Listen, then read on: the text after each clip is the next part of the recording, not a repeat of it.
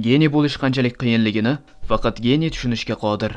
Har bir odam o'zini o'zgacha deb hisoblaydi. Aslida ham shunday. Siz ma'lumotlar bazasidasiz va bu siz juda aqlli ekanligingizni 10 ta yashirin alomati. Agar quyida keltirib o'tiladigan alomatlar sizda ham bo'lsa, unda albatta kanalimizga obuna bo'ling. Chunki aynan bizning kanal miyangizni charxlab turishda yaqindan ko'makdosh bo'ladi. Birinchi alomat: sizda doimiy tartibsizlik. Sizni stolingiz qog'ozga to'lib ketgan va uning ustida kofedan so'ng yuvilmagan chashkalar turibdimi? Bu sizni dangasaligingizni bildirmaydi, balki bu intellekt va ijodkorona tabiat alomatidir. Yaqinda Florida olimlari tomonidan olib borilgan tadqiqotlar o'z joyini tartibga keltirishni xohlamaslik odatda odam ancha muhimroq ishlarga diqqatini jalb etganini bildirishini ko'rsatdi. Bundan tashqari mutaxassislar tartibsizlik original fikrlashga imkon bermaydigan tartibdan ko'ra ijodga yaxshiroq ta'sir ko'rsatishini aniqlashdi. Ikkinchi alomat: siz normativ bo'lmagan leksikani ishlatasiz. Senzurasiz gapirishga ehtiros so'z boyligining nochorligini belgisi yoki yo'qligini aniqlash uchun mutaxassislar tadqiqot o'tkazishdi. Keng tarqalgan fikrlarga qarshi nenormativ leksikaga yugurib kelgan odamlar odatda boy so'z zaxirasi va yuqori intellektga ega bo'lgan. Uchinchi alomat: siz odamlar bilan munosabatda oshiq ko'ngilsiz. Siz eski tanishlaringizni uchratganingizda yoki yangi insonlar bilan tanishayotganingizda har doim tabassum qilasiz va ochiq ko'ngillilikni namoyon qilishga harakat qilasiz. Odamlarga nisbatan negativ munosabatda bo'lish noto'g'ri deb hisoblaysiz.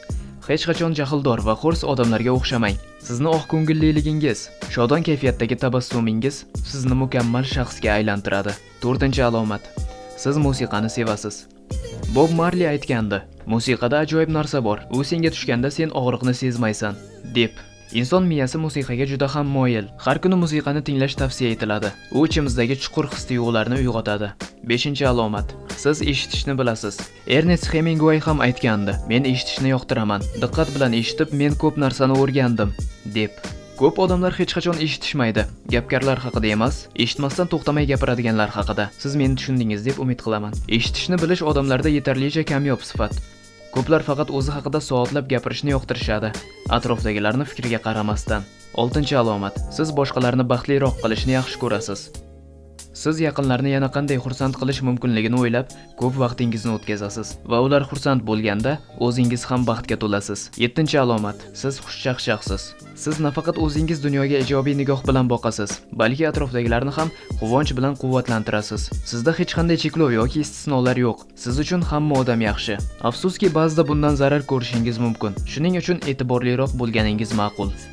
8-alomat: atrofdagilarni qabul qilish. Yana siz o'z xususiyatlaringizni qayerga yo'naltirishni angladingizmi yoki yo'q alomati ham bor. Bu atrofdagilarni xotirjam qabul qilish.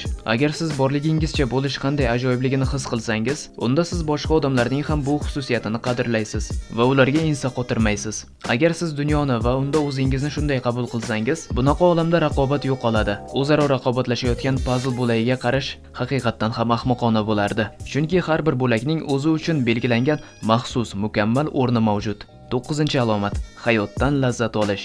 Shaxsiy xususiyatlardan bahra olish siz qilayotgan ish o'zingizga yoqqanida va sizda hamma narsa oson, ortiqcha qiyinchiliklarsiz amalga oshganida namoyon bo'ladi. Sir oddiy, bu sizniki. Bu aynan siz hammasidan ortiq imkoniyatga ega narsa. Aytishganlaridek, o'zingga yoqqan narsa bilan shug'ullan va sen tezda ishga qatnashdan to'xtaysan. Shaxsiy xususiyat bu mustahkam poyezd reyslariga o'xshaydi. Ular bo'ylab poyezd tez yuradi va uzoqqa boradi. Ostida rels bo'lmagan poyezddan ko'ra betoblik va yomon kayfiyat sizga atalgan muvaffaqiyat va lazzat olishga erishtiruvchi soha bilan shug'ullanmayotganligingizni aniq alomati.